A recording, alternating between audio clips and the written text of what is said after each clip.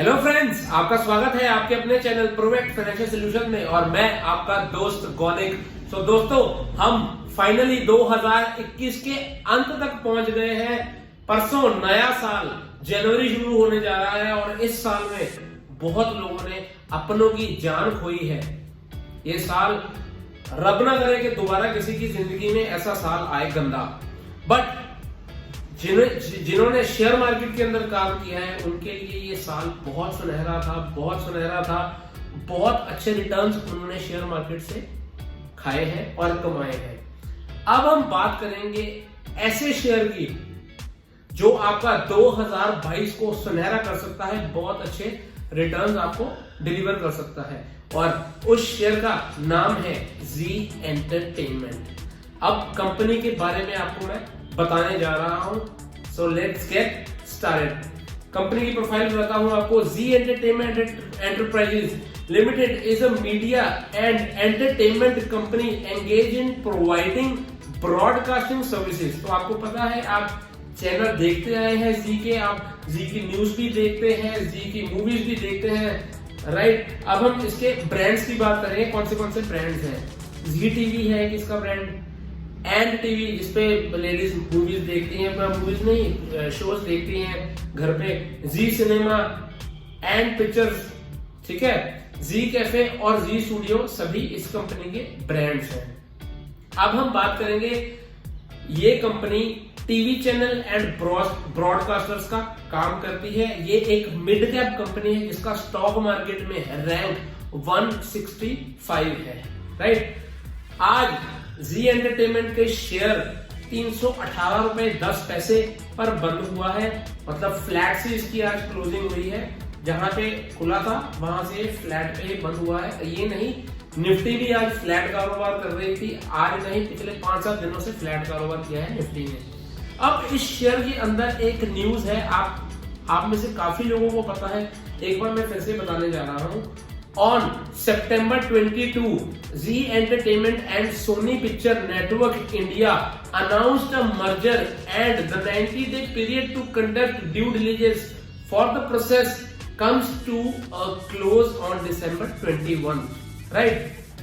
दोनों का मर्जर होने लगा था और इनको 90 दिन का टाइम दिया था सोचने के लिए, सोच विचार के लिए, जिसका अंत 21 दिसंबर को हो गया है।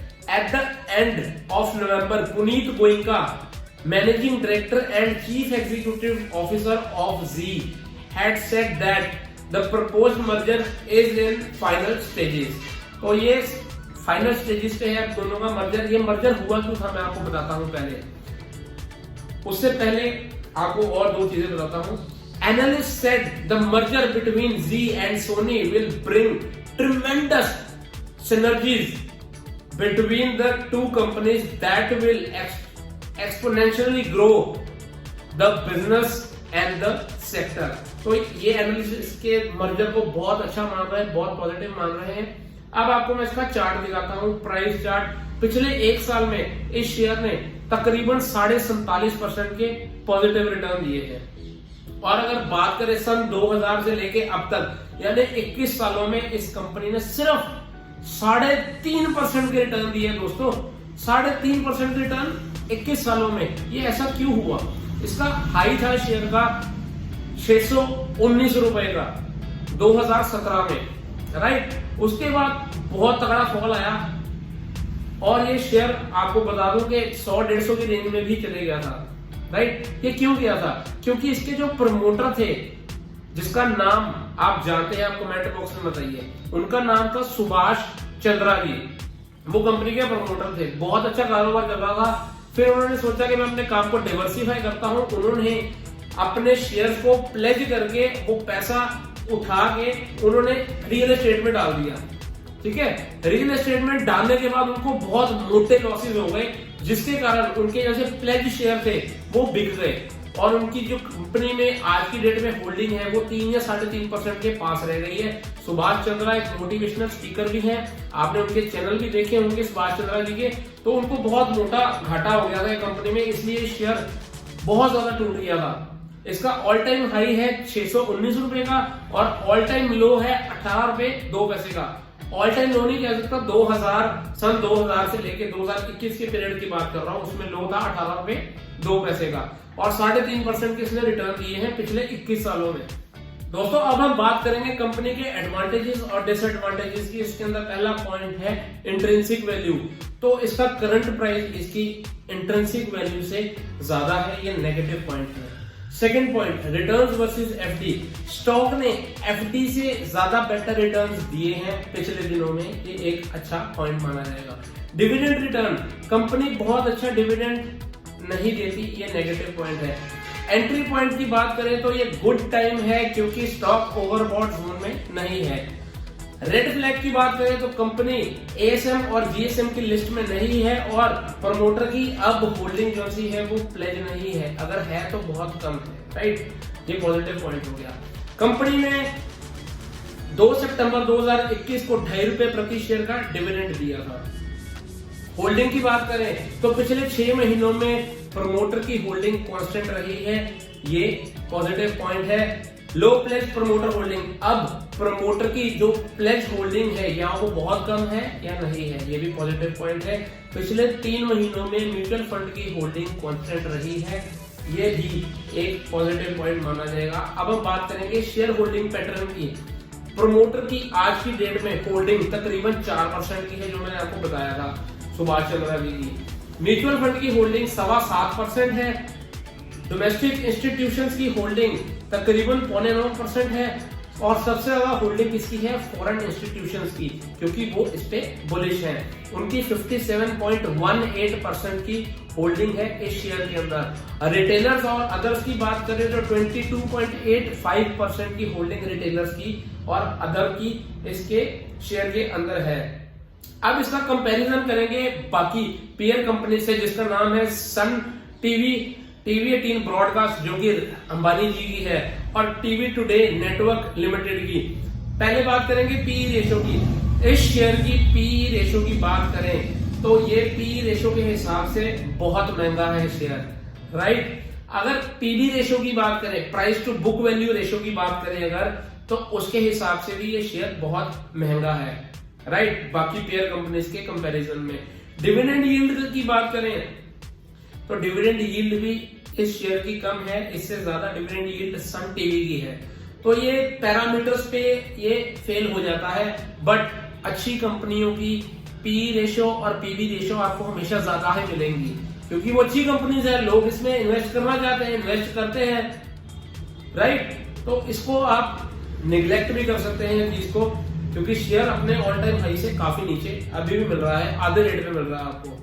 अब दोस्तों अब बात करेंगे टेक्निकल चार्ट की। तो टेक्निकल चार्ट पे इसने सन 2020 से लेके अब तक एक पैटर्न की फॉर्मेशन की है, उस पैटर्न का नाम है inverse head and shoulder pattern. उसके बिहाफ पे अगर हम देखा जाए तो इसका जो टारगेट निकल के आता है वो 385 रुपीज का निकल के आ रहा है, और अगर स्टॉप लॉस की बात करें तो 282 रुपीज का इसका स्टॉप लॉस है। और अभी ये ट्रेंड मैंने आपको बताया 318 रुपए में कर रहा है, ये हो गया पहला टारगेट। बट एनालिसिस का टारगेट और ऊपर का दे रहे हैं, वो मैं आगे आपको बताऊंगा, राइट। ये चार्ट के पैटर्न पे अगर हम देखें मूविंग एवरेजेस को, तो 100 दिन की, 150 दिन की और 200 दिन की जो मूविंग एवरेज है उससे ये शेयर ऊपर ट्रेड कर रहा है, बट 50 दिन की मूविंग एवरेज से ये शेयर 2-3 दिन पहले ही नीचे आया है, राइट। तो मूविंग एवरेज के हिसाब से भी शेयर सही चल रहा है। टेक्निकल इंडिकेटर्स की बात करते हैं। इंडिकेटर्स पे सबसे पहले आएगा एमएसीडी। एमएसीडी में पिछले दिनों कुछ 4-5 दिन से नेगेटिव हिस्टोग्राम बन रहे हैं, बट आज का हिस्टोग्राम छोटा है, नेगेटिव हिस्टोग्राम छोटा है, मतलब फास्ट लेन जो सी है वो स्लो लेन से नीचे है, तो ये एक नेगेटिव पॉइंट माना जाएगा। बट हिस्टोग्राम धीरे धीरे छोटे हो रहे हैं, हो सकता है कभी भी ये हिस्टोग्राम 0 हो गए फिर पॉजिटिव हो जाएंगे तो शेयर में तेजी आ जाएगी। आरएसआई की बात करें तो आरएसआई शेयर की तकरीबन 35 से 40 की रेंज में है, ये भी बुलिश नहीं हुआ आरएसआई के पैरामीटर में भी। वॉल्यूम भी पिछले 4-5 दिनों से शेयर के अंदर कम आ रही है, जिसके कारण शेयर में जो मूवमेंट है वो भी कम है, आप देख पा रहे हैं। डीएमआई की बात करें तो डीएमआई पे एडीएक्स की लाइन जो ट्रेवल कर रही है वो कर रही है सेलर्स के साथ, ADX की लाइन स्ट्रेंथ की लाइन होती है, जो स्ट्रेंथ आ रही है वो सेलर के साथ आ रही है, बायर की ग्रीन लाइन है वो बिल्कुल नीचे चली गई है और सेलर की लाइन स्ट्रेंथ पकड़ रही है, मतलब ये शेयर अभी और नीचे आ सकता है। तो आप मेरे को कहेंगे कि इसके बेस्ट जोन क्या है बाय करने के? इसके बेस्ट जोन है 290 से लेके 310 रुपए के रेंज जो है वो बेस्ट रेंज है इसको बाय करने की। अब एनालिस्ट की या बाकी ब्रोकरेज हाउस की बात करूं तो सबसे पहले शेयर ने इसका जो टारगेट दिया है वो 400 रुपए का दिया है इस शेयर का, राइट। और मुझे ऐसा लगता है कि 2022 में ये टारगेट अचीव हो जाएगा, ठीक है। अगर बात करें मोतीलाल ओसवाल की, तो मोतीलाल ओसवाल ने 425 रुपए का टारगेट दिया है इस शेयर के ऊपर अभी करंट भाव से। बात करें एमके ग्लोबल फाइनेंशियल की तो 430 का सेम 430 का टारगेट दिया है एमके फाइनेंशियल ने। और अगर बात करें प्रभुदास लीलाधर की तो 415 रुपए का टारगेट उन्होंने भी दिया है, मतलब ब्रोकरेज हाउसेस भी इस शेयर की जो मर्जर की डील है उससे क्वाइट सेटिस्फाइड है, हैप्पी है। तो आप इसके अंदर बाइंग कर सकते हैं दोस्तों, अच्छा स्टॉक है, आपको अच्छा रिटर्न देगा।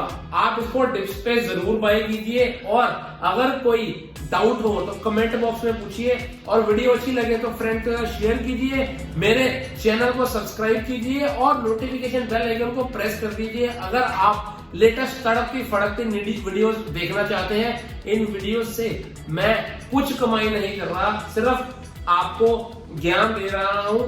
मैं ये नहीं कहता कि आप अभी इसको बाय कर लीजिए, आप अपनी स्टडीज कीजिए क्योंकि आप अपने पैसे की रिस्पॉन्सिबिलिटी आप लीजिए। मैं ये कोई भी आगे कुछ भी बोल देगा तो आप कहीं पे भी पैसा लगा देंगे, नहीं, आप रिस्पॉन्सिबिलिटी खुद लीजिए, रिस्पॉन्सिबल सिटीजन बनिए।